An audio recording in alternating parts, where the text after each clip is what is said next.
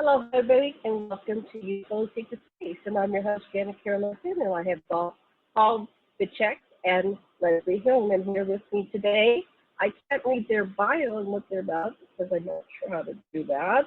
But I'm going to introduce them and let them tell you about who they are and what they want to talk about today. So I'll start with Paul. Paul, welcome to the show. Hello, thank you for having me. Yeah, so can you give us a short bio on yourself, who you are, and what this show is about today?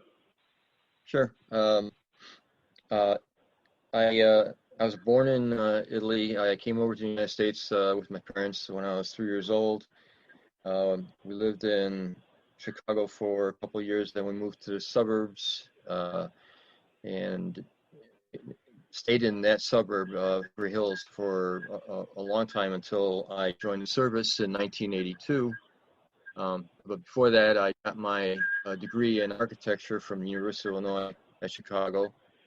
So after graduating, I joined the service, became a second lieutenant, and I was in the service until 95, where I got out as a senior captain. Then with my architecture degree and license, I worked around Chicago in various firms, always improving my my level of acumen and increasing in experience to the point where I was a principal level architect at the last firm that I was at before I joined back into the government with the United States Army Corps of Engineers, and that was in 2012. And since then, I had been here away from Chicago in West Virginia, working in Virginia with the Corps of Engineers. And okay, continue. Go ahead. Sorry. So, all right. There had been a lot of experiences that I had throughout my life that were impactful in my role in writing the novel, the first novel that I wrote, which is called Disclosure Paradox. And it really starts out, first of all, that the novel is almost autobiographical, it's pseudo-autobiographical, because if I were to make a memoir of my life, it really would be boring. So what I did is I took the major experiences of my life that impacted me to write the book and to reveal the link between the extraterrestrial phenomenon and our human spirituality, and to try and bridge the gap between science and religions. And so over a decade, starting with around 2009, really was where a lot of the information that is in the book happened to me. But I also had some experiences when I was a child, not being comfortable with being taught the Catholic religion, having interest in science fiction and space travel, and learning about Chariots of the Gods and Eric von Daniken. And then fast forward to when I was a lieutenant in the Air Force, actually captain, I discovered a secret basement in one of the facilities that I was inspecting, and looking further, it held a cryogenic chamber. So that was a major, I guess, event that put me towards this, this direction. And then starting with 2009, I had all kinds of experiences. What's that? I wanted to talk about the cryogenic chamber. We can Sure. go back to it, but I want to make sure we do. So let's put a big note on that. Okay, so your book is called, what's your book called again? Disclosure Paradigm or Paradox? What is it? Right. Which one? Paradox? Correct. Left paradigm. Okay. And here. Okay, and so I wanted to, before we get into great detail, okay, yes. So this is about your personal journey. Now, how does that tie in with Leslie? All right, so... And Leslie, we should bring Leslie on, yeah. Okay, so over the decade, I not only had experiences, but I met some very interesting people. A lot of people that were psychic, and I also had a blog, and I was in the blog. I was saying about the things that were occurring to me, the spiritual things, experiences. I had a psychic woman that I had as my mentor, and she would be getting transmissions, and transmissions were for me. So she would be sending transmissions in a trance and telling me these things. And so what I did is I took all of that stuff that happened in a decade and I condensed it into a dynamic 2-week cross-country journey where the main character goes through a self-awareness and becomes not only a physical journey across the country, but a spiritual journey. Now, Leslie makes the book work because I base a character on Leslie in the novel. The character's name is Katrina, and Leslie is, one of the interesting people that I met in my life. And because she has such amazing abilities and things that occurred to her were extraordinary, I fit her into the novel, and she's a very, impactful part of the plot because without Leslie, the whole plot doesn't work. So I'm very thankful that she allowed me to use her to base my character, and because of her, we're also working on a prequel, which is all about her. Oh, okay, great. So let's introduce Leslie. Leslie's just coming in to us by phone today, but and then we'll go kind of back and forth, and you guys can tell us this story, this amazing story. So Leslie Hillerman, welcome to our show, and tell our listeners a little bit about yourself. Well, aloha and mahalo. Thank you for having me. Well, I'm not all that interesting. Yes, you are. I read you on before. You're interesting. Well, I don't have any degrees. I did go to college, but I have 0 degrees, and I am a housewife. I've had numerous and various jobs, and one of the more interesting ones was working for Bionetics as a test subject out there at NASA Ames Research Center. And I received training as a psychic remote viewer from Dr. Angela Thompson-Smith in 2003. And even before that, I was involved in an experiment involving several test subjects. Pretty much primarily, I believe it was United States Air Force and CIA. And that's when I found out that I had abilities that I could use that were basically on steroids. And that's where I discovered my abilities. I did have them somewhat before, but they weren't as prominent as they were in 1991, 1992. And I can kind of explain how that happened. But anyway, that's pretty much, that sums up my career. I am currently I'm still a housewife. So I always say I'm just a housewife. Housewives are wonderful. I guess part of me is a housewife and part of me is an author, and we're very complex people. We have a variety of parts. All right, so then thanks for coming on, and we're going to somehow get this story conveyed between the three of us here. So, Paul, I'm very interested in, I like extraterrestrial stuff. So, what was in the cryogenic chamber? And then we're going to start with the beginning, but I just want my question out of the way. Okay. What was in the cryogenic chamber, and where was that? What part of the world? All right. First of all, the way I discovered the secret basement was doing my job as an inspector for construction, and the facility was called Foreign Technology Division Headquarters. So Foreign Technology, obviously by its name, their mission was to research,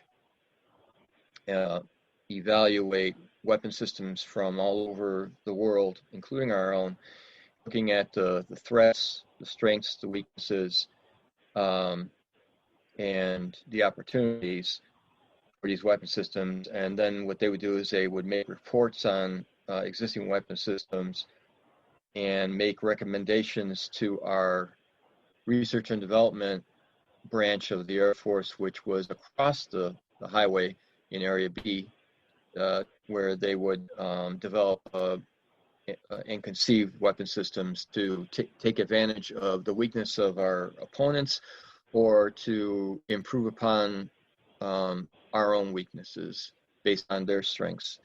So in that building was surrounded by motion detectors all around. Even with a top secret clearance, an individual had to get an escort. The place that I had to check out was the entire second floor of this building, which was a 2-story warehouse, no windows, metal building.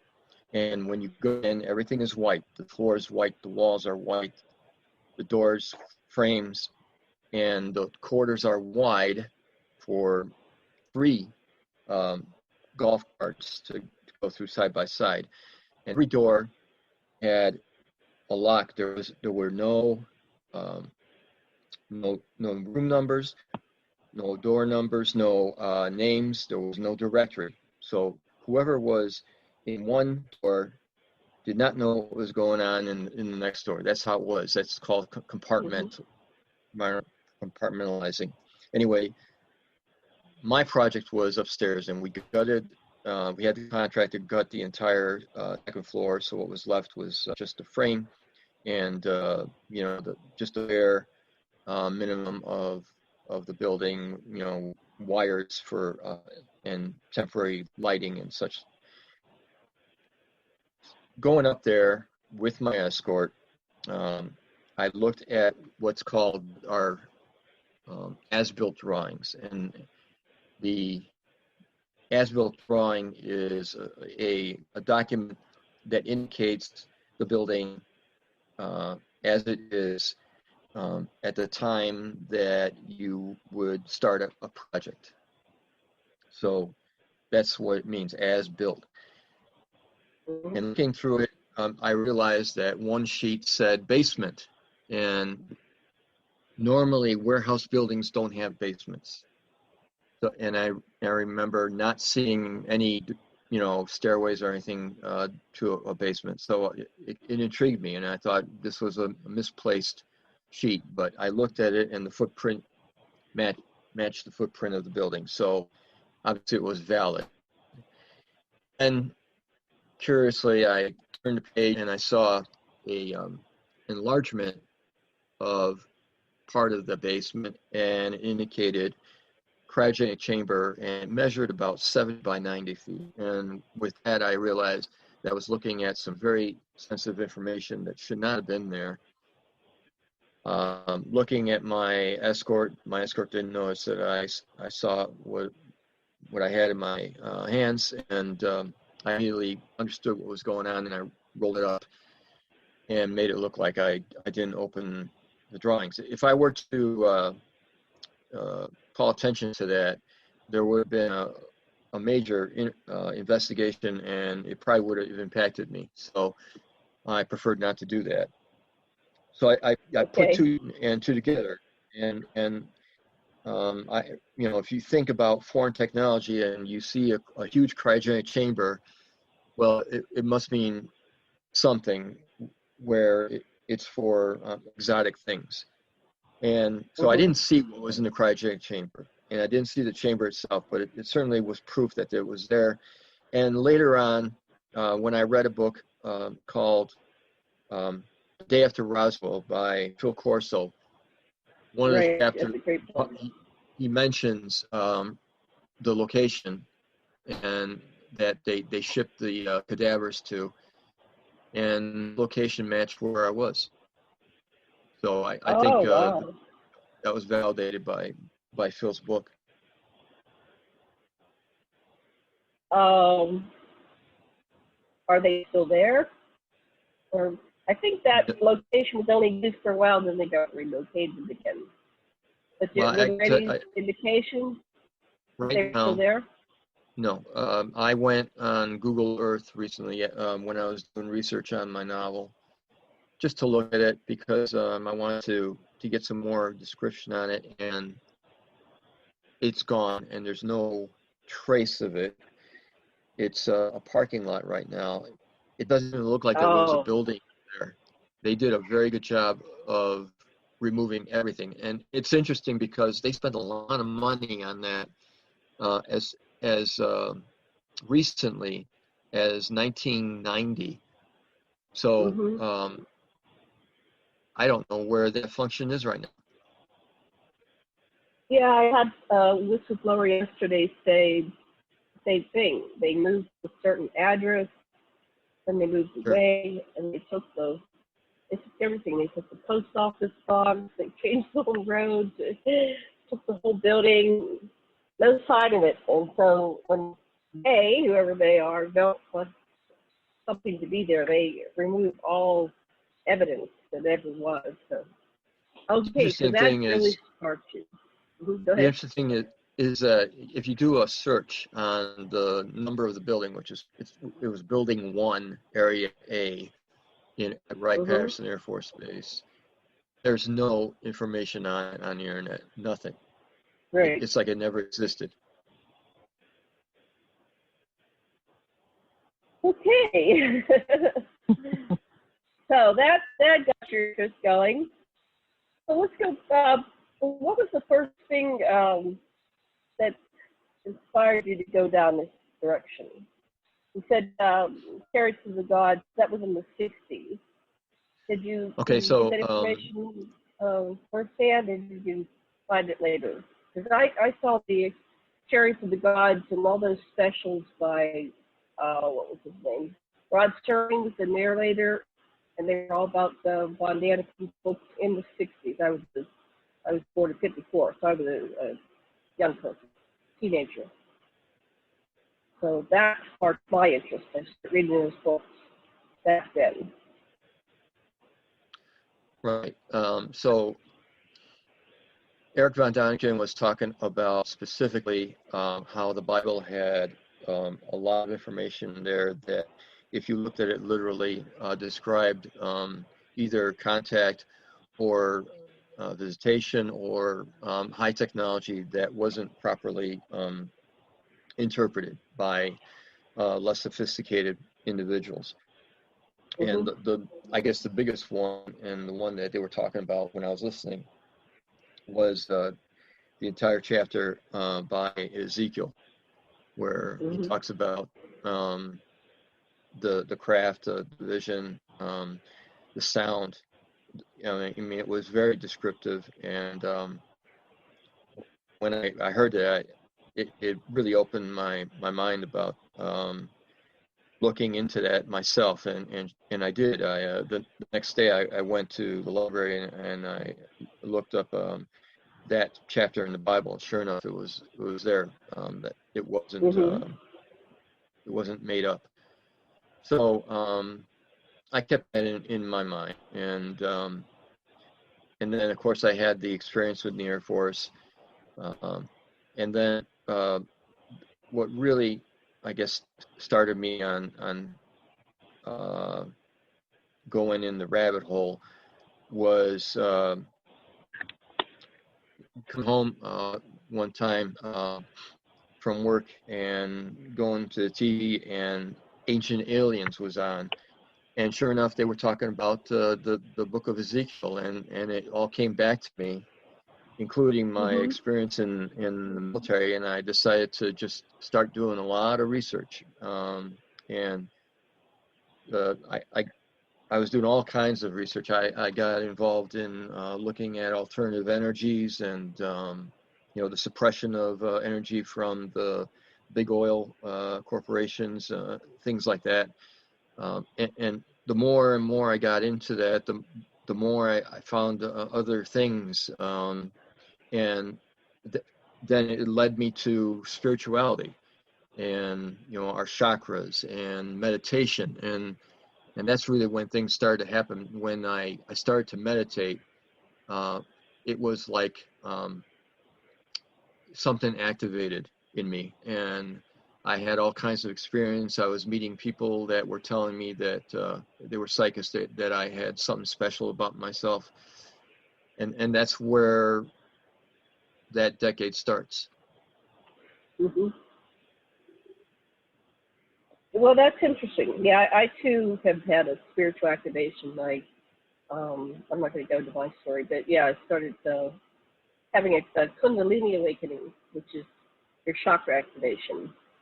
So then that leads to, well, I had several near-death experiences. So there's usually something that gets the person to go on the journey, like Bilbo Baggins had the ring and visibility. So we all, sure. You found the chakras, and I had a similar event. So, okay, so let's go into the story and how it relates to you, and then how it pulls Leslie in. All right. Well, as I mentioned, it's like an autobiography, except I don't use my name, and none of all the characters are based on real people, but I don't use their real names, including Leslie's, to protect them. And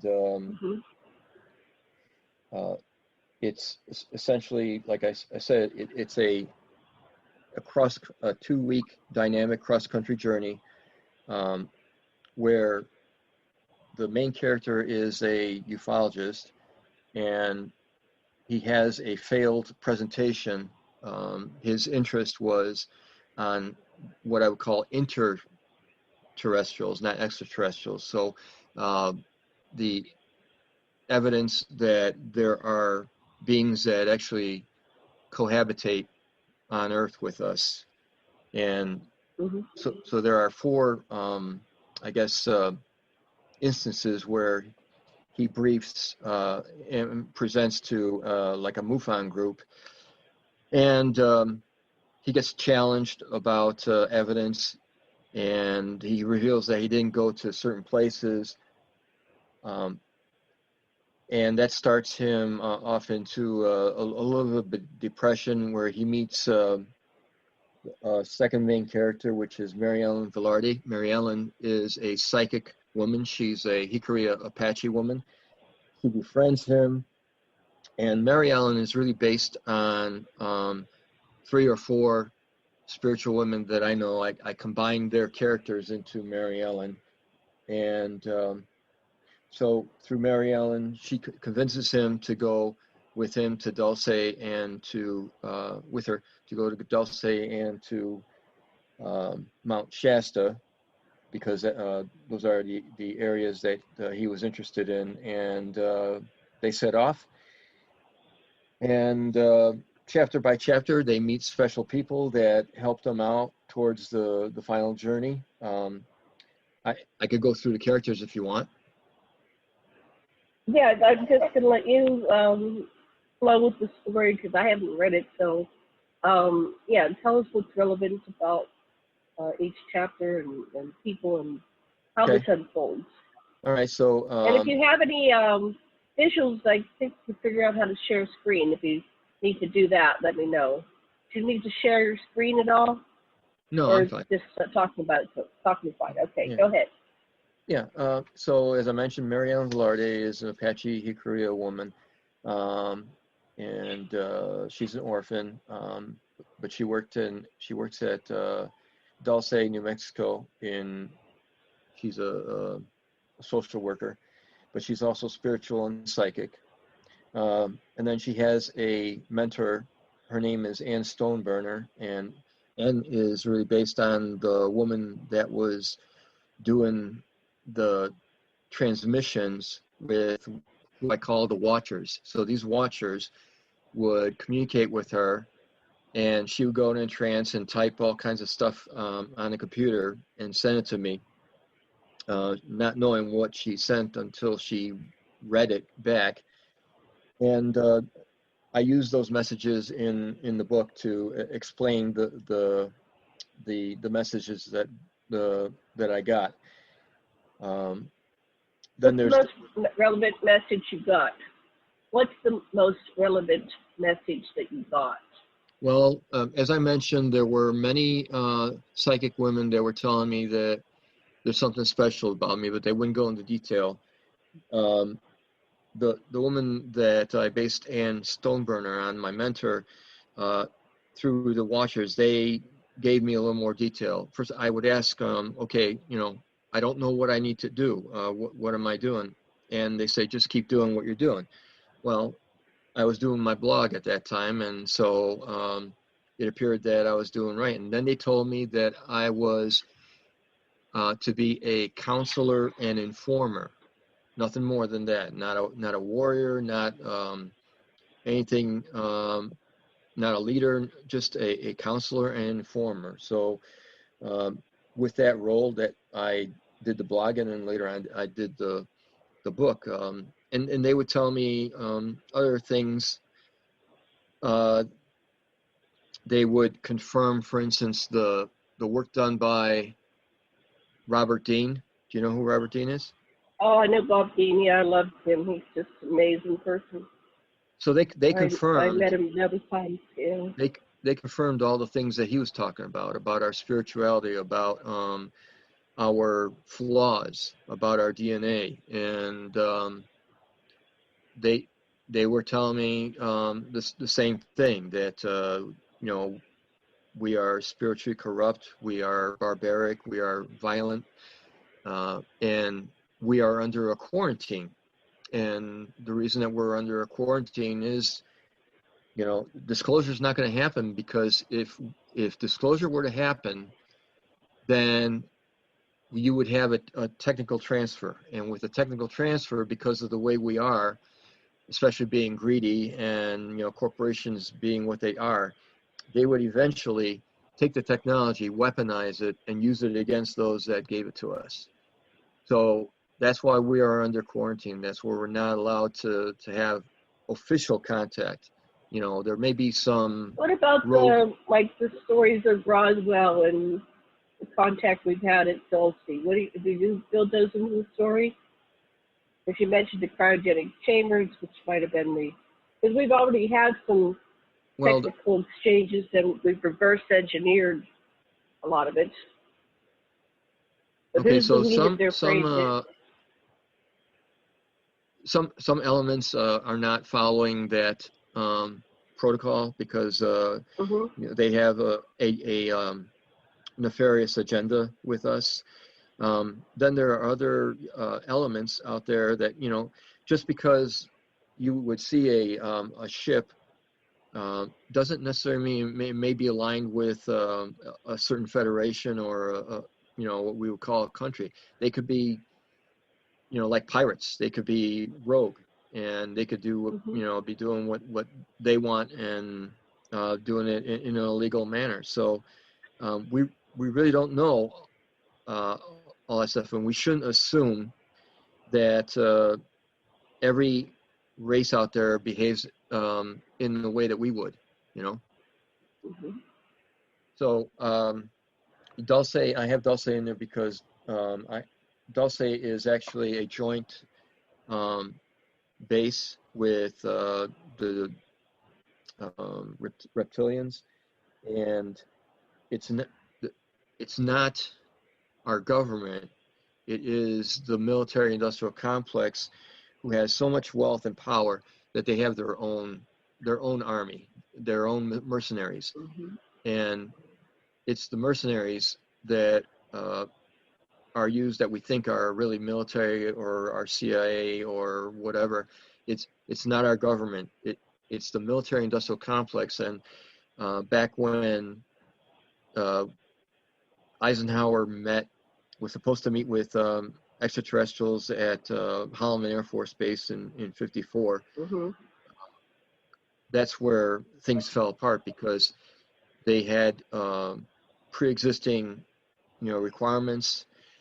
He didn't like the requirements. He left, but what was remained were the military-industrial complex, the corporations, and they made the agreements with those entities, not our government. And that's why things are the way they are.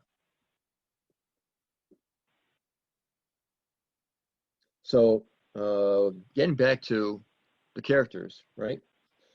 I have Deborah Swift, who is a U.S. Air Force security police veteran. Kaya Jorgensen is based on a real person, an autistic woman in her mid-50s who is also an artist. Colonel Gerald McGeorge, U.S. Army, is a real U.S. Army colonel that came to me and revealed to me all kinds of things about his spirituality and visitations that he's had.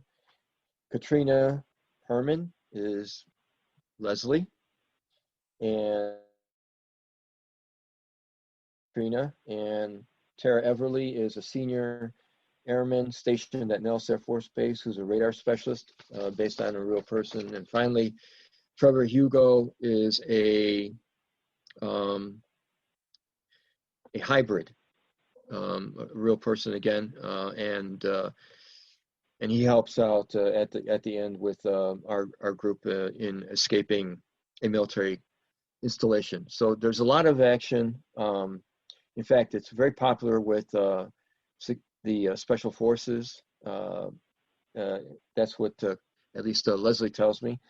And there's a lot of detail that you would read in a Tom Clancy novel, but there's a lot of subplots too that intertwine and make the book more entertaining, and it's gotten good reviews.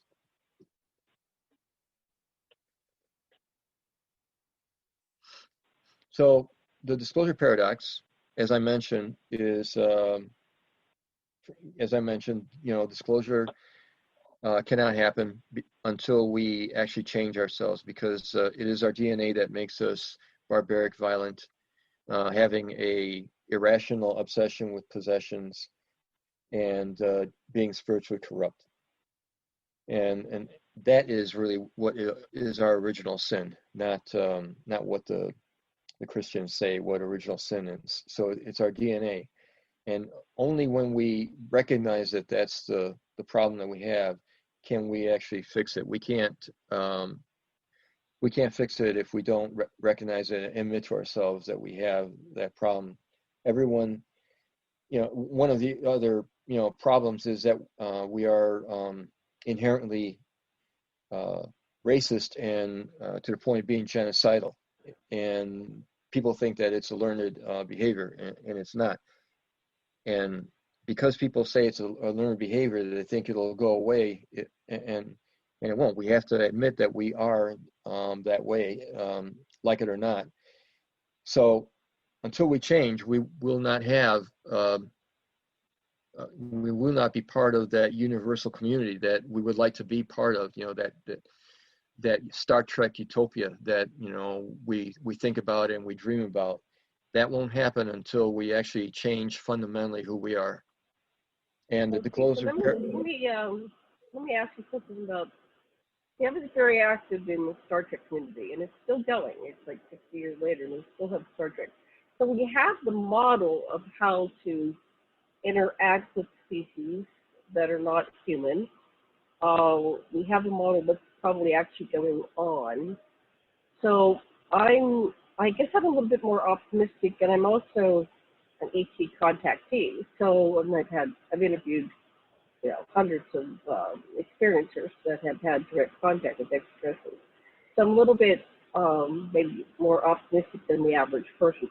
I'm sorry, I got kicked off. I didn't realize on Zoom that if somebody calls in, they can kick me off if I called into the show. So I know it kept going and you were speaking, so I missed about 5 or 10 minutes of what you were saying. So anyway, so what about Star Trek? Isn't that like an effort, like a public service effort for the last 60 years to wake us up and move us past this behavior that's keeping us from being admitted to the Federation of Planets? I don't think we're there yet. In fact, we're getting farther away, not closer to that, which is evident in current events. Right.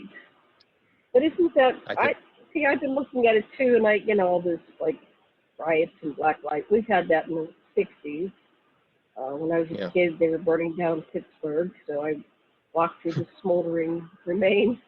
So it's kind of gone full circle on that. But although I think things are changing, because now when I was a kid, you put on the news and all the people were white. And now you put on the news and there's all these different colors and names, different names.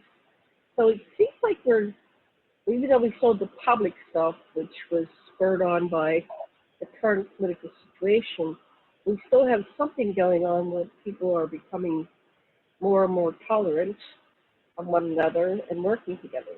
So have we made any progress in your mind? And Leslie, maybe you want to interject too, and something to hear. Feel free, Leslie, to chime in and ask questions. And, okay, thank you. What do you think of that? Let's have a new voice. Well, as I've listened to the both of you speaking, I'm thinking that, I see a polarization. Everything is beginning to be so much more clear. Those that are truly on the light side of the force are the light side of the force. Those that, have been kind of hiding their corruption and evil are now in the forefront being corrupt and evil. So you're getting more of a polarity, you're getting more of a showing who's who in the stage of life, and you get an idea who the actors and actresses are. I see that happening. I was always one of those that, had always believed in the higher aspect of humanity, always hoping and praying that humanity would reach some sense of a higher purpose or a higher sense. As I have traveled through this life and having to deal with some of the most unbelievably vile people on this earth, and I sit there and I go, oh my gosh, I didn't realize that things were this bad. And they have technology. And that was frightening to me. It was like, oh my gosh, look at the good that they can do, and then look at the evil that they've done. So, it's one of those things, I see that, and I don't know how to reconcile, a future with that, because you've got the forces of light that are not going to be engaging, in the forces of evil. I think the forces of evil, basically, they like to pick on each other anyway. And so, an example of somebody you saw that was they had the technology. I'm curious, but that's stuck back there. Well, who did you I'm see thinking that about the technology? experiment. Well, the experiment that I was in 1991, 1992 was a real eye-opener for me. It was so incredibly painful because a lot of the people that I knew were involved in that experiment, And a lot of the people that I knew were, I thought, really good people. I mean, you know, they were interested in all these different technologies and super bright and super helpful. I mean, going around the world, helping other countries, all this other stuff. And then to see their dark side in this experiment. What experiment? What describe the experiment again? What was the experiment with the parameters? Well, the experiment was with electromagnetic fields. And it was basically what you would consider a mind control experiment. However, the experiment with me turned into something else altogether. And thanks to Charles Cosimano, it turned into an all-out war. But if we had not engaged in combat, I would have been 6 feet under the ground by now. Is this going to be in the prequel, or is this battle in the current book? This experiment? Oh no,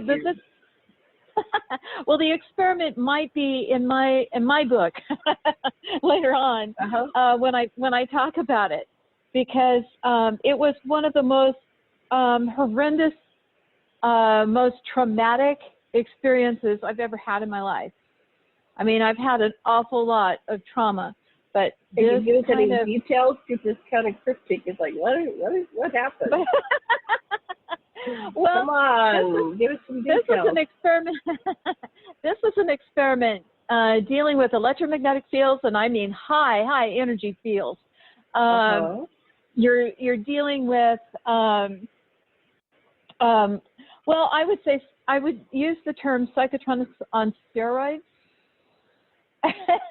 because it went beyond the normal psychotronics.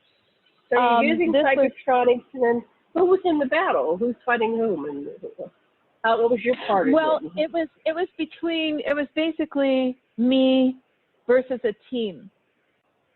And the team was made up of medical doctors that were, you know, had CIA clearances, of course. These were humans. I mean, were they all Americans, or were you dealing with some of them, most of them were American. There were some that were Russian that were there. And I can't remember their names to save my life. The Russian ones. I know the American ones. We don't need names. Yeah. No, we don't need names. Yeah, we don't want to get anybody killed, but we just want an overview. So you're doing a psychotronic battle, and so tell us a little bit more about what was going on and why you almost got killed. Okay. Well, with the psychotronic battle, I basically was losing all by myself.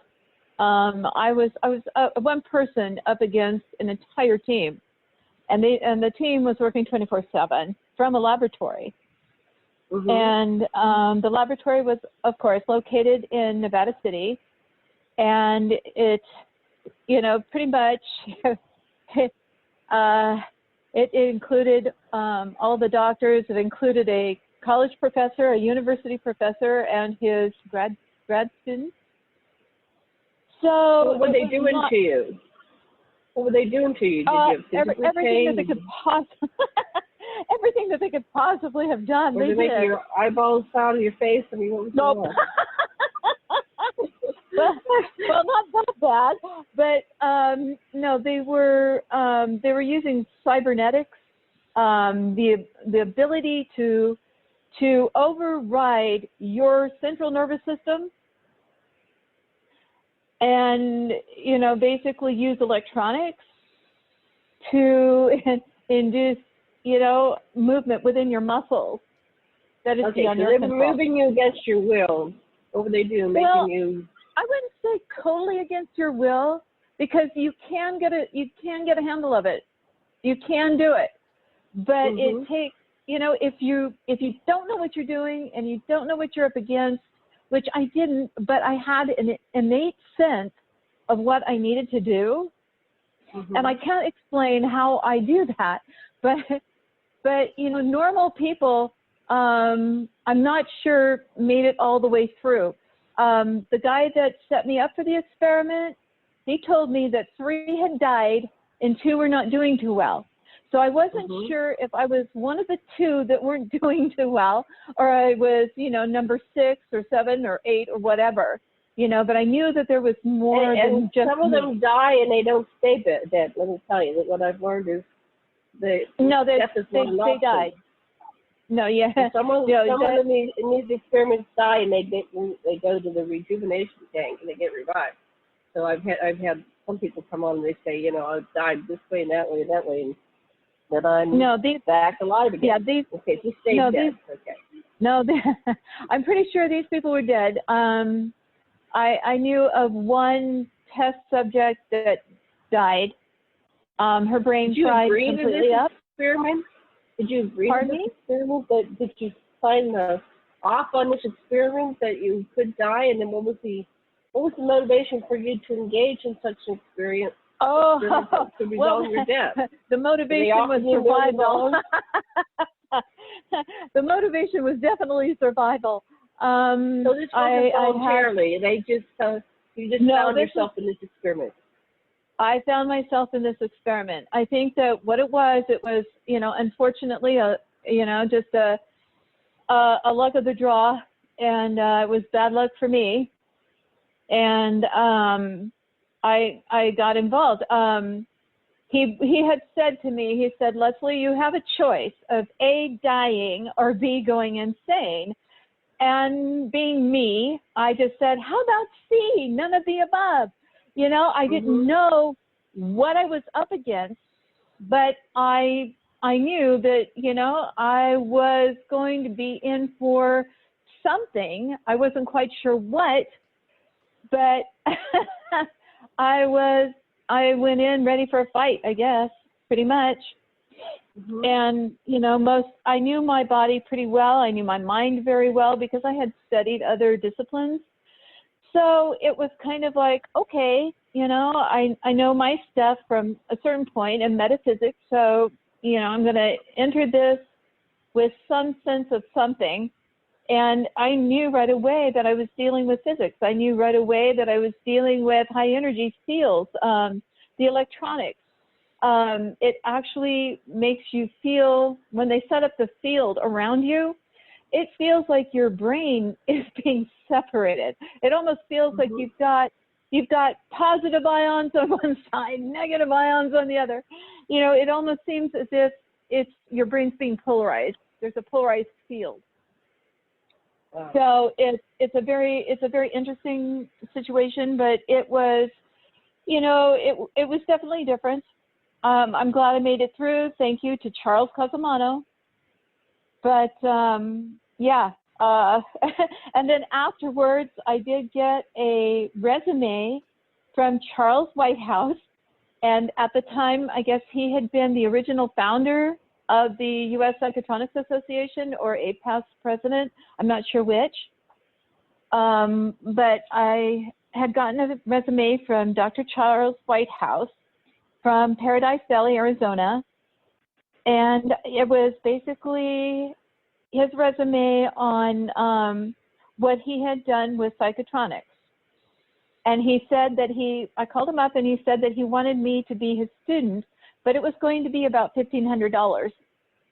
Oh. And at the time I was not into $1,500. I mean, I was doing good if I was looking at $10, much less $1,500. So, but anyway, he had listed what he was able to do with psychotronics that I thought was interesting, and I'd like to read that real quick for you. He had 18 years into the research into the field of psychotronics. He had developed crystalline magnetic psychotronic devices called multispectral image analyzer stations. He had developed psychotronic beamer devices that interfaced with satellite systems.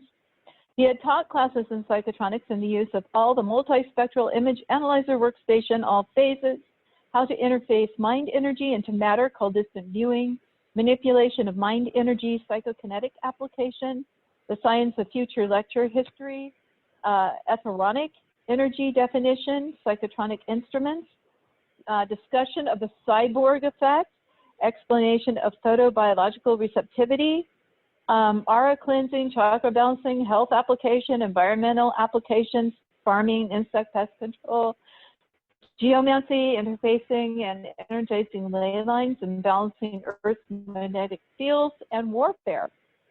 And he had trained the CIA and the DIA personnel in Operation Psychotronic Devices. He sold to the Navy psychotronic device for surveillance purposes. He tracked a submarine in the Pacific with instruments on the Atlantic coast through photo application and distance viewing, and then at a distance of 80 miles using photo of a maxitron, which is an X-ray beaming device with psychokinetic energies. He was able to break the electromagnetic beam 6 out of 10 times in a 1-hour program at the U.S. Radiobiological Research Center at Bethesda, Maryland. So that was a man who wanted to train me after all this, but I couldn't afford the $1,500, and instead I went with Charles Cosimano, and we did everything through energy patterns. And boy, those energy patterns actually worked very, very effectively. And I learned how to overlay one energy pattern over another, almost creating like a 3D type of an energy pattern.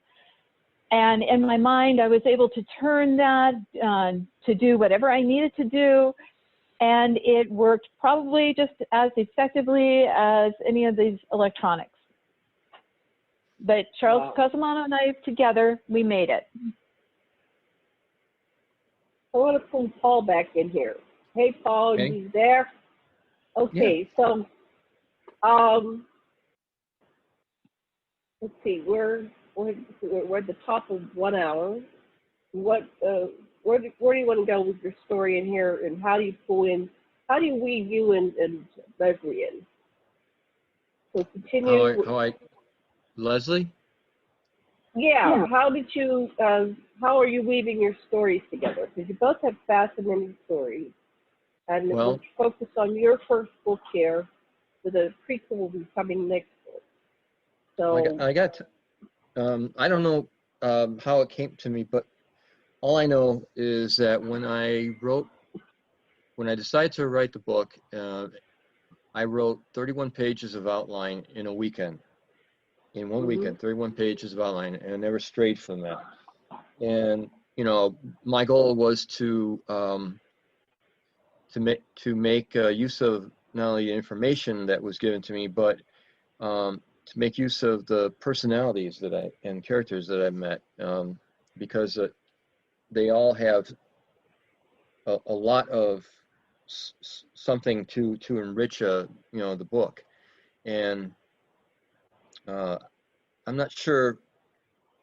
I think Leslie and I met online through Facebook, and I was very intrigued by her story, and I guess she kind of understood that I was genuine, and that I actually cared about her experience, and so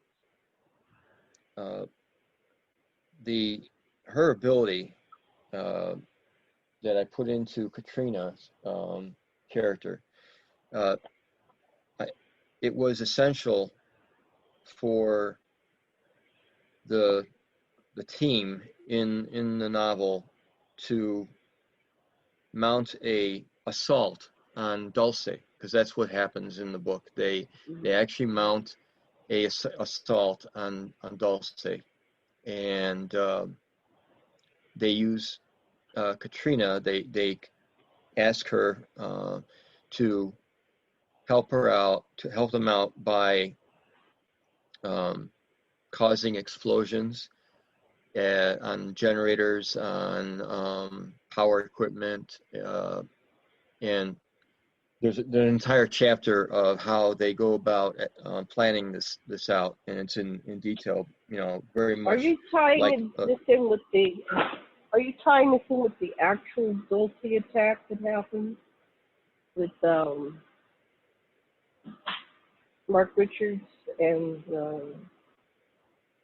are you tying that in with a real event that's been recorded, or just Am I a trying what? separate event?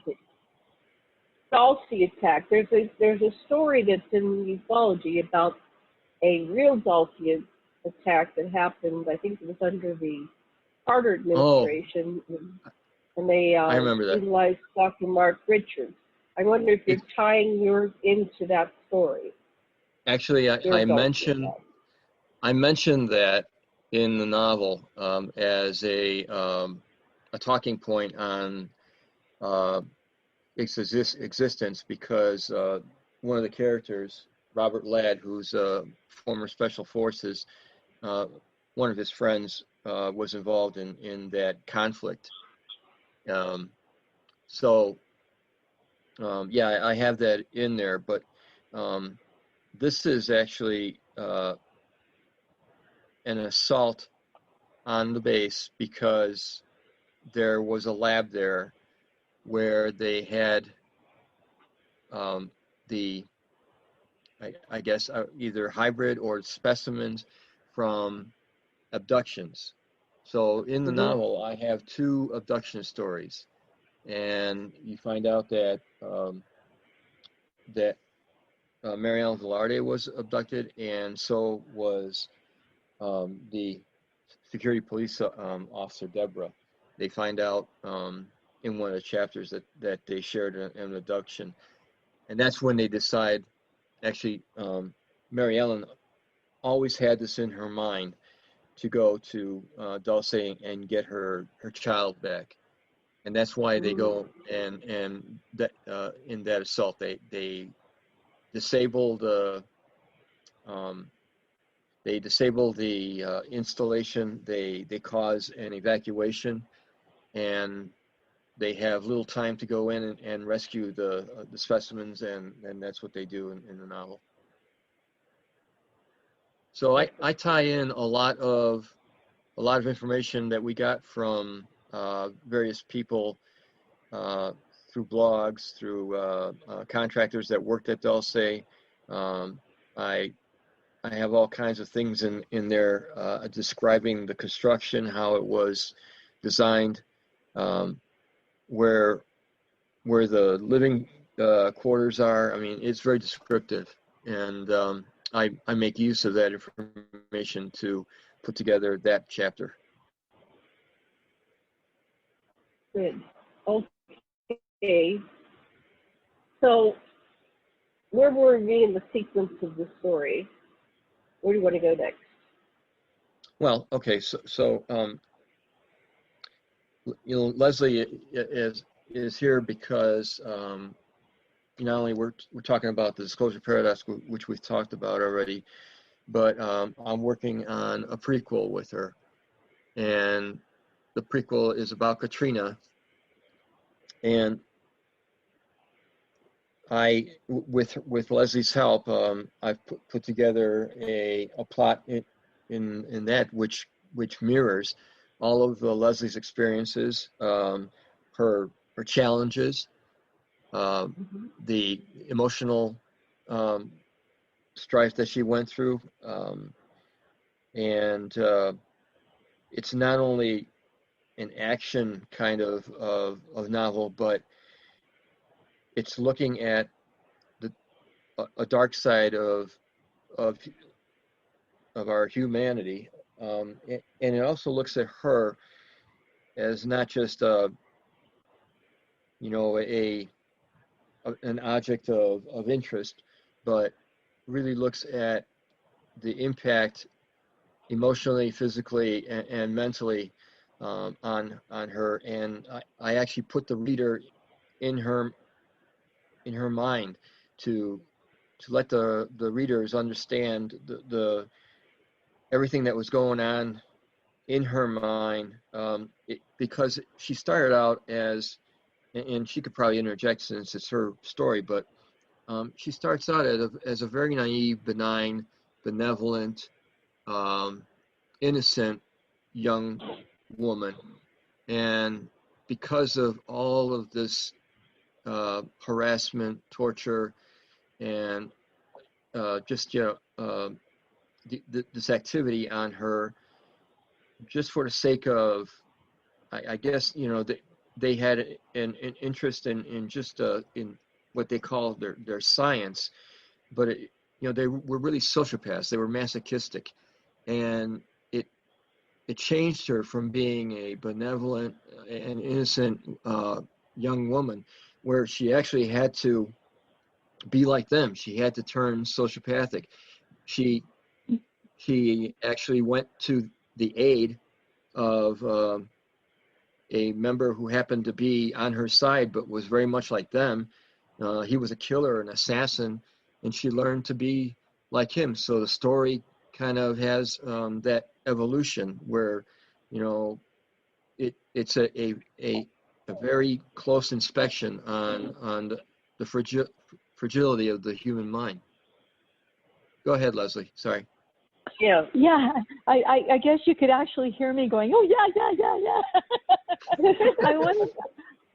I wanted to talk about that too, because I actually did, when I was 17, I actually was starting to be trained as an assassin, and that was no fun.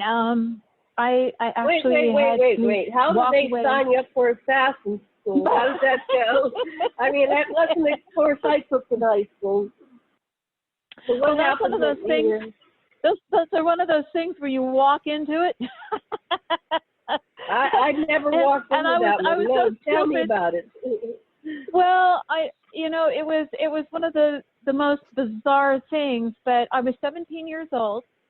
Where were you raised? I had just. What part of the world? Huh? Where was this going on? What part of the world? I know it.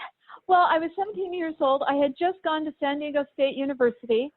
I had some problems with someone that was in the United States Navy who was related to me, and I was living on my own.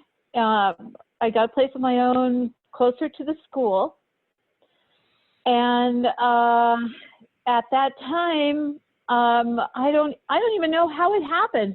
I walked into the store, which was basically kind of like a sandwich shop, an herbal shop. And the next thing I know, I've got this guy coming up to me saying, you know what, I've waited for you for a really long time. We've been waiting for you, and we need to talk to you.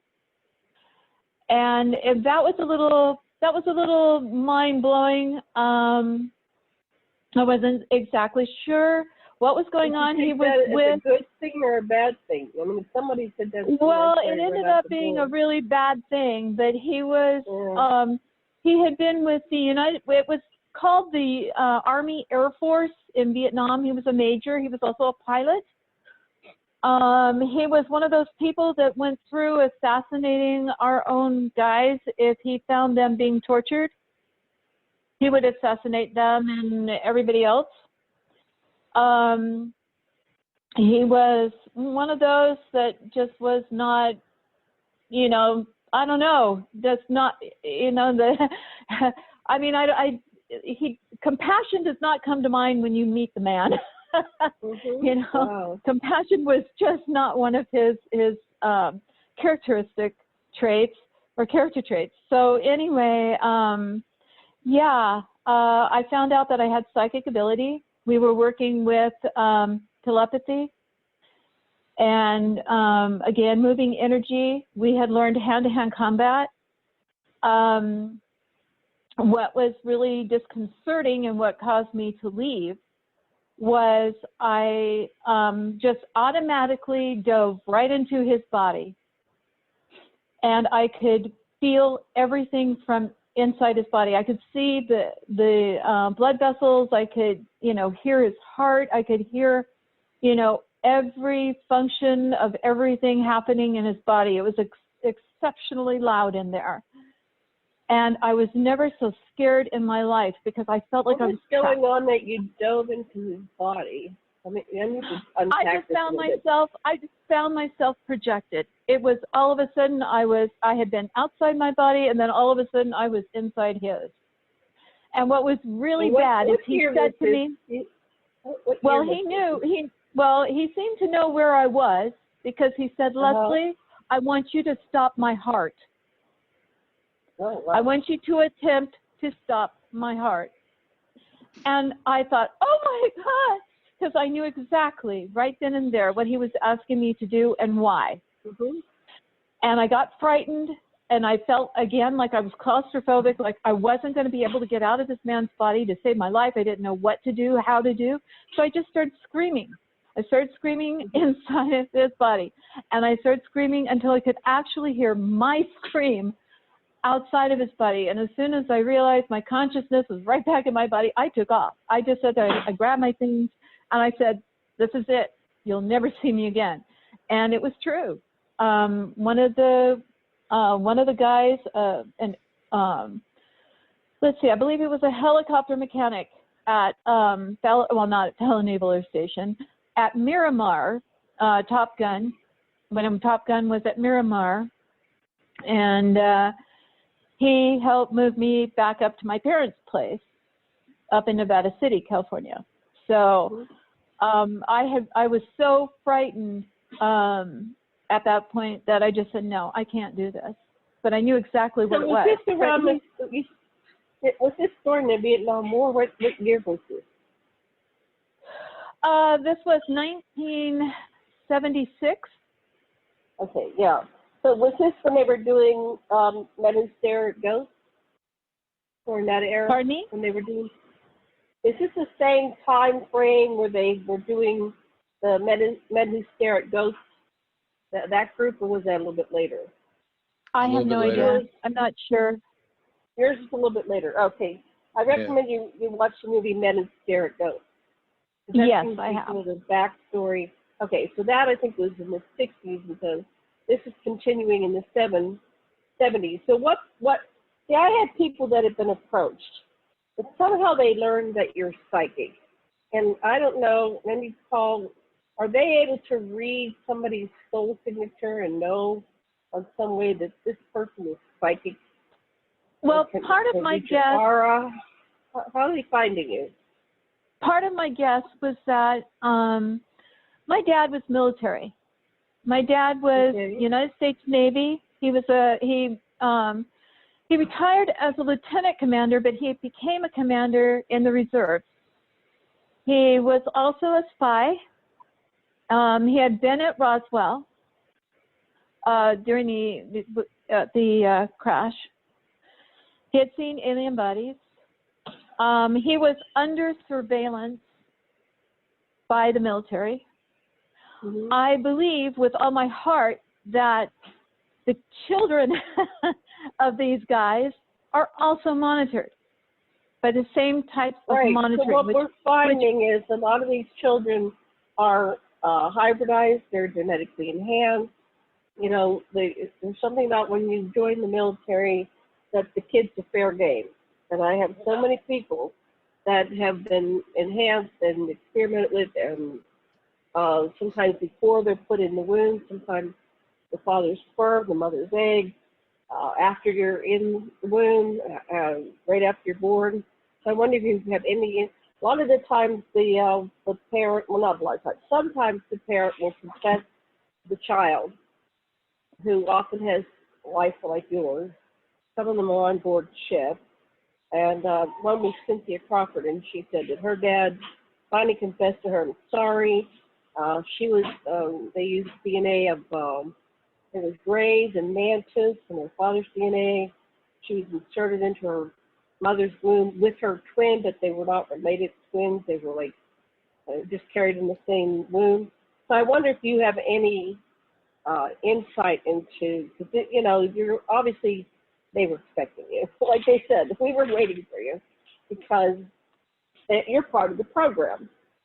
Is your father still alive? No, he passed away in 1983. Okay. Yeah, he passed away in 1983. Yeah, I was 22 when he passed away, but yeah. What did he die from?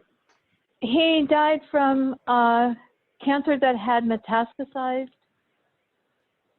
in his liver. He probably, it started out as lung cancer, probably. A lot of times they don't want them to live so old so they can do a Phil Corso book. Like you read the day after Roswell. It's like, nah, you're not going to do that. We're not going to allow that. Yeah. Well, I think that the military has something to do with that. I think that when you're dealing with things like aliens and what have you, that you're automatically under some sort of surveillance. And I know that that surveillance probably continued with me going to San Diego State University. And I believe that, you know, that whole thing was orchestrated. I think that, you know, for some odd reason, I believe that the Navy was right behind it. Or, you know, whatever organization it is that does the monitoring was behind that. And I believe it was electronic monitoring. Yeah, it was electronic monitoring. It's all, you know, secret-based stuff, secret intelligence. Right. Yeah, in San Diego. Right. Really big. So, were you led to marry a certain person and have children? Because often they want you to, they kind of do a love bite thing where they direct you and you end up mating and marrying and having children by somebody who has similar abilities or something that they're wanting to enhance and have. I think, no, I actually didn't end up that way. I think that in both of the marriages that I had, that it was basically just trying to, we were both kind of, well, in the first one, we were both pretty much living, wanting to live in a utopia, which wasn't going to happen. And that didn't work too terribly well. And then in my second marriage, my husband's been so against psychic anything and psychotronics. He doesn't even want to hear it, but he's not too terribly, you know, happy about UFOs or anything else. So, you know, his world is a little different than mine. So it really wasn't that way. I don't think that had anything to do with my development. In fact, I think that what happened to me was that the more negativity I had in my life, it almost seemed like the stronger the psychic ability became, because I would have to rely upon my psychic ability for survival, or for, you know, it's almost like being thrust into a combat situation. A lot of the vets from Vietnam said that they, you know, had found out about psychic ability in Vietnam, you know, and they just developed that spidey sense. And I think that's what I had to do. The more negativity and the more evil that I faced in going through my life, it actually enhanced and strengthened perhaps the character traits that I wanted in my own life, you know, which would be the complete opposite of everything that was being presented to me. And then also the psychic ability became stronger, because that was not the only time that, you know, that I was going to be approached. And I think that the mind control experiment, as weirdo as it was, somebody there at that mind control experiment knew about what had happened to me in San Diego. I am so sure of it. And I think that that's what... that you're tying in the Vietnam connection, because I dated a Vietnam vet, and he was very psychic, and that was... he actually changed my whole life. Had I not met this psychic man that was developed his abilities in Vietnam, I would not be in Hawaii, and I wouldn't have met my husband. So, but it seems like on some level this stuff is all orchestrated, right? Yeah. Like you said, when you had the second event, it was, they knew about the first event. Oh yeah, it was very, you know, for sure. I believe that it's been pretty much orchestrated because, you know, how much bad can a person possibly, you know, get into their lives when you've been studying everything about the positive aspects of energy and, you know, being a light worker, bringing light and health and what have you to the planet. Then all of a sudden you get hit sideways by some of the worst badass dudes in the business. And it's like, whoa, what did I do? But I think what it is maybe somebody somewhere along the way decided that maybe, you know, warfare was my thing, and maybe I needed to grow. I needed to keep on growing. I needed to keep on being put into certain scenarios to either make or break me. And then, you know, and just keep right on going with it. And I think that pretty much. I talked to a group of super soldiers, and there were 2 or 3 members that had home. They were on Mars. They were thrown into this deep water. The sides were just stiff. The seat, you couldn't get up. And they tested them to see if they could figure out how to use each other and survive and not drown. They all ended up drowning. Of course, I got revived. So you don't have a memory of dying and getting revived, but this one was, you know, they're always putting you through the test, and then you somehow you learn the lesson. So you got the lessons from all this, and it develops your abilities. So some people develop abilities, they learn to fly, so to speak. You know, when you're shoved off the cliff and go and die at the bottom, you learn how to fly.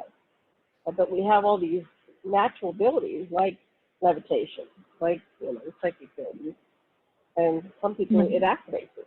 You know, it's like super heroes, right? all that potential, but something needs to activate it. Yeah. Well, I think that's what happened in 1991 and 1992 is that junk DNA or whatever that floats around in all of us was activated. And all of a sudden I had psychic abilities on steroids. So anytime a laboratory would hit me and they build up a field with me, well, then they have to remember that it's a corresponding field. I mean, they have to remember that what they give us, they almost, they have to remember that what they give us, they're going to have to take it because, you know, I'm able to give it back. And so I did that in an experiment with Pakistan. Pakistan decided to hit me sideways. And, you know, it was like, okay, you know, even the psychic operator, they call them psychotronic operators. The operator even told me, he said, I'm not afraid to die. And I said, why do you think you're going to die? I have no reason to kill you, you know, yet. I have no reason to kill you. I'm not going to kill you. And basically, I took out one of their transformers at 10,000 kilometers at Abbottabad. And right. So I started you doing have these abilities, so that's why I mentioned it. Like sometimes they can come and get him. Well, you know, you have to remember, they set the field up around you. So it goes 2 ways. It's like a 2-way street. It's not a one-way street. It's a 2-way street. And you can give it back to them just as good as they give it to you. You can give it back. And I took their energy and sent it right back. You know, it was like, oh, the heck with this. You know, and I did a few other things. And then that was when he threatened me. He said that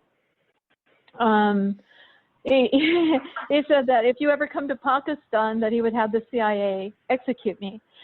But so one of the things, though, that that had happened is that he had talked to one of the people that had built the laboratory there in Pakistan, in Islamabad. And he said, oh, well, what was it like being in combat with her? And he replied, it was like being bitch slapped by a Care Bear. And I thought, whoa, bitch slapped by a Care Bear. Okay, Yeah, well, that's cool. And so I had a charm bracelet, and so I got a Care Bear to commemorate my battle or whatever. Are you still having this stuff go on? And then we'll go back to Paul. Are you still experiencing these things to this day? Are you still in this program? I don't think you ever get to leave. What's your experience? Well, I still have a target on my back somewhat, but I had an experience earlier this year, and I was in my living room, and I got hit, and I could feel the energy just splat right up against me, and it tingled right throughout my entire body. I mean, I was sitting there going, what the heck was that? And I just started laughing. I thought, what the heck? And I thought, I think somebody just tried to kill me. But as soon as it hit the energy pattern that I constantly wear around my neck, it had hit that energy pattern and it diffused. Right. It just diffused all over the place. And thanks to the energy pattern, I'm up walking and talking. But I think that it was definitely meant for me to be 6 feet under again. And I just sat there and went, whoa. So, yeah, I had a little bit of problem there, but other than that, that's okay. You know, it's gotta be for me. I mean, it's like, okay, so that was a pot shot. But, you know, it's just one of those things that happens, you know, and you just have to be strong. You just have to be somewhat alert, and you can't really let your guard down. If you let your guard down at any time, you know, that could be really bad news. I can't live my life the way that other people live their lives. I wish I could. I mean, I wish that I could open up to love and joy and happiness sometimes, you know, and I can't. You know, I can't open up, and I can't be vulnerable. You know, I can't be. What's your life like now? What's your life like now? We won't talk about that.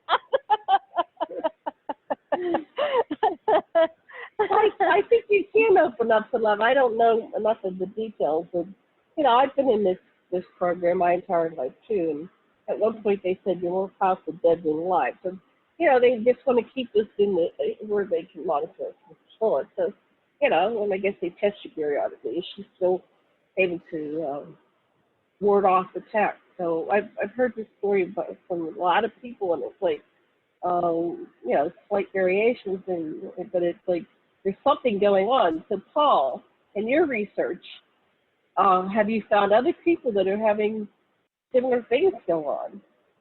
And whenever you're talking, I just thought of like 20 things that were correlations with other people in the program or this, whatever this is that's going on.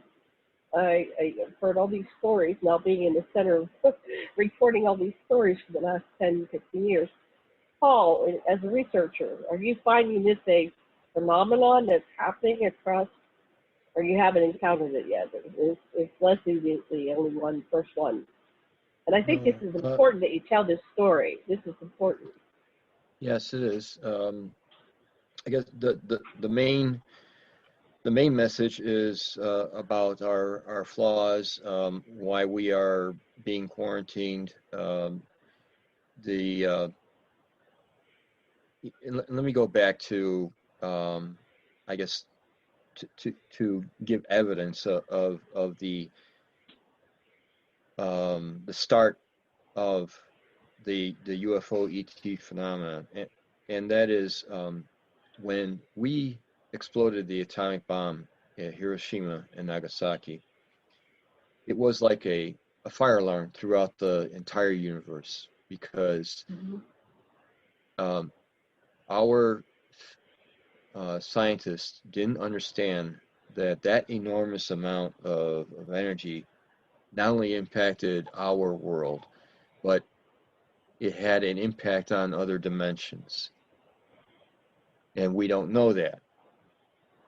And so with that, that's why Roswell happened, because Roswell was a group of scientists coming to look and see what was happening, and they were at White Sands Missile Base, which is where we're doing a lot of our tests. So the spike in extraterrestrial activity really started after the advent of the nuclear era.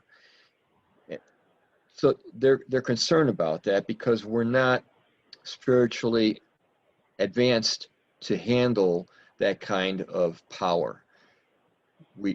Because of our corruption and because of the flaws that we have, that kind of power requires a high level of ethics and spirituality that we haven't attained yet. So they know that, and they're watching us, and they have stopped nuclear exchange many times. One being in '67, where there was going to be an accident, I believe, and there was a craft that showed up at Malmstrom Air Force Base, where they have the missiles in the silo, and one by one, each silo was shut down by this craft, and that was documented well. So the result is that the extraterrestrials know that Earth is a very important place for the universe. It is where our spirits, when they enter the human body, or they link with the human body, this is where they learn about everything that makes us human. Love, pain, suffering, creativity, the arts, all of that makes us, gives us the human condition, are learned by the spirits. That is why Earth is so important in the universe. So Earth is critical, but the humans aren't. And the extraterrestrials are still monitoring us because they're concerned about how we are handling the planet itself. See? So that is really the essence of why the Earth is very important, and why I have added the spiritual part in the novel. But getting back to your question, yes, there are many people that have a similar kind of role. Everyone has some sort of role towards our spiritual evolution, and you don't really learn it, understand it, until you start to really become more conscious through meditation and other things. There are two individuals that the characters in the novel that they do have certain roles. The colonel that I mentioned is actually what I call the divine warrior, where he was in prayer. He was given a vision of him on a battlefield, and there were beings that were not human that were attacking his ranks, and he was given the sword of Michael. There were many times that he had visions of what we call Mary, which is really a vision that is benign and is meant to kind of bring comfort to the person that is seeing it. So he's very comfortable with Mary, but it's probably an entity that is there to look like Mary. That happened also in Fatima, of course, and Lourdes.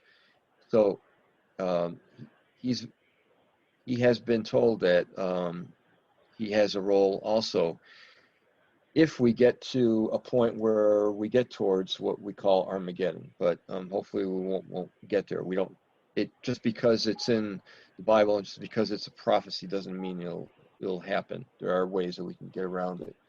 And then the other person, the Trevor Hugo, who is based on a hybrid, also has a role.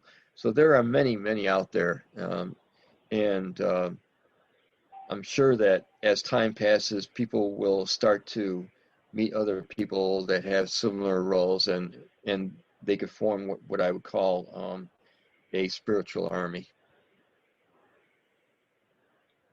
Okay. Well, I need to start wrapping this up. My husband came home. He's making dinner. I'm getting hungry. Let's start to do a final round here. So, Leslie, what would you like to say to our listeners? Well, again, everyone pick up a copy of The Disclosure Paradox if you haven't. I think that it will be, quite enlightening, and for me, it's quite informative. I enjoyed the stuff that I could pick out that says yes, that's true. So I enjoyed that so much, and I recognized several characters myself in there. And I was really excited. Also, too, as humanity goes through our little thing, let's be kind to each other as much as possible. It's a tough world out there, and it's not getting any easier. We need to lift each other up, and we need to protect and really do what we can for each other on a humanitarian type of basis. I think that we are going to be going through some pretty horrendous changes, and we just need to be not blowing up bridges, but instead we should be building bridges. So that's all I have to say. I like that. Yeah, Paul, your book is like the Indiana Jones of ufology, and it'd be great to see a screenplay or something, especially if you go into a prequel, and this could be 2 or 3 movies or a series, a television series. Have you thought about working up the screenplay and approaching somebody? Because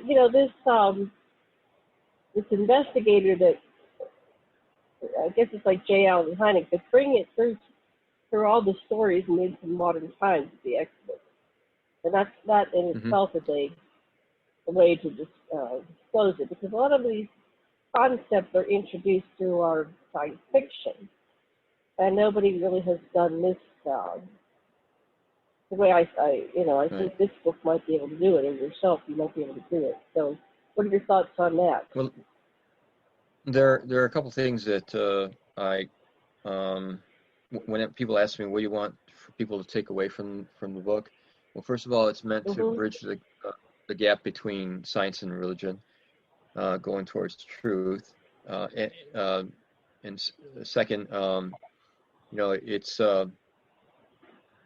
it links the extraterrestrial phenomenon to our human spirituality. And finally, what I say is that if you're an atheist, then consider that there are higher powers out there that you don't see and you can't touch, but they're there. But at the same time, if you're religious and you believe in those higher powers, consider that those higher powers can be explained by science. So again, that's where you converge spirituality and science, and you start to get towards the truth.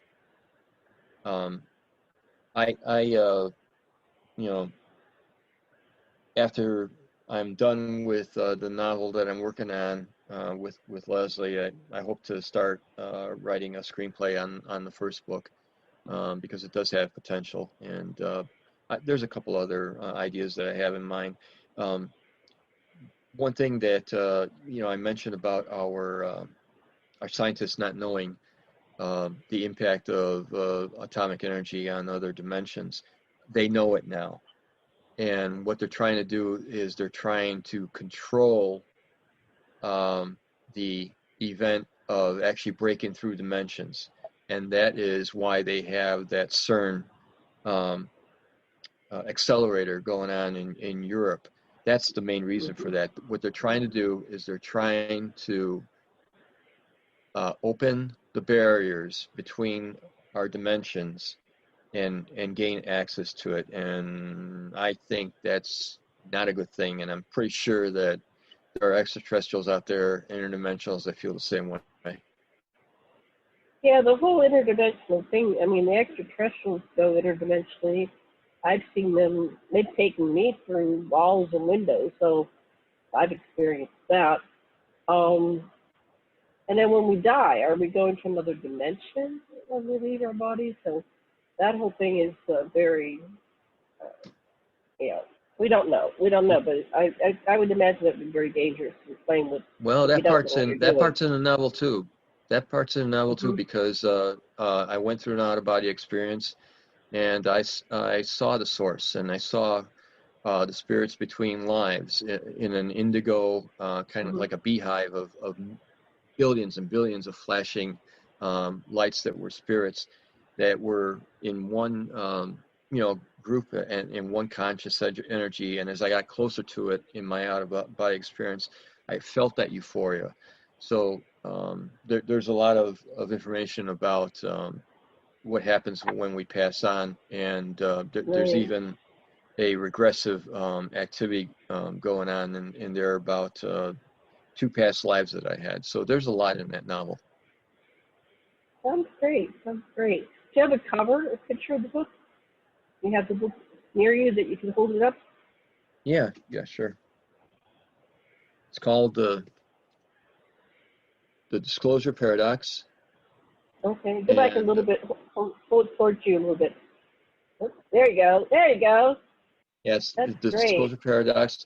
If they go into the website is www.thedisclosureparadox.com, all one word.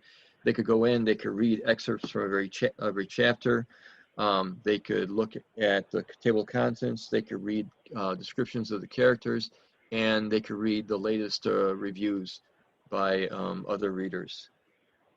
And it's available on Amazon as a paperback, and also on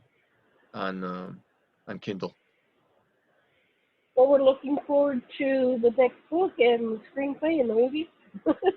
I'm on board. So. And I will put this link up on QuarionRadio.com. Leslie, do you have a website, anything you're promoting?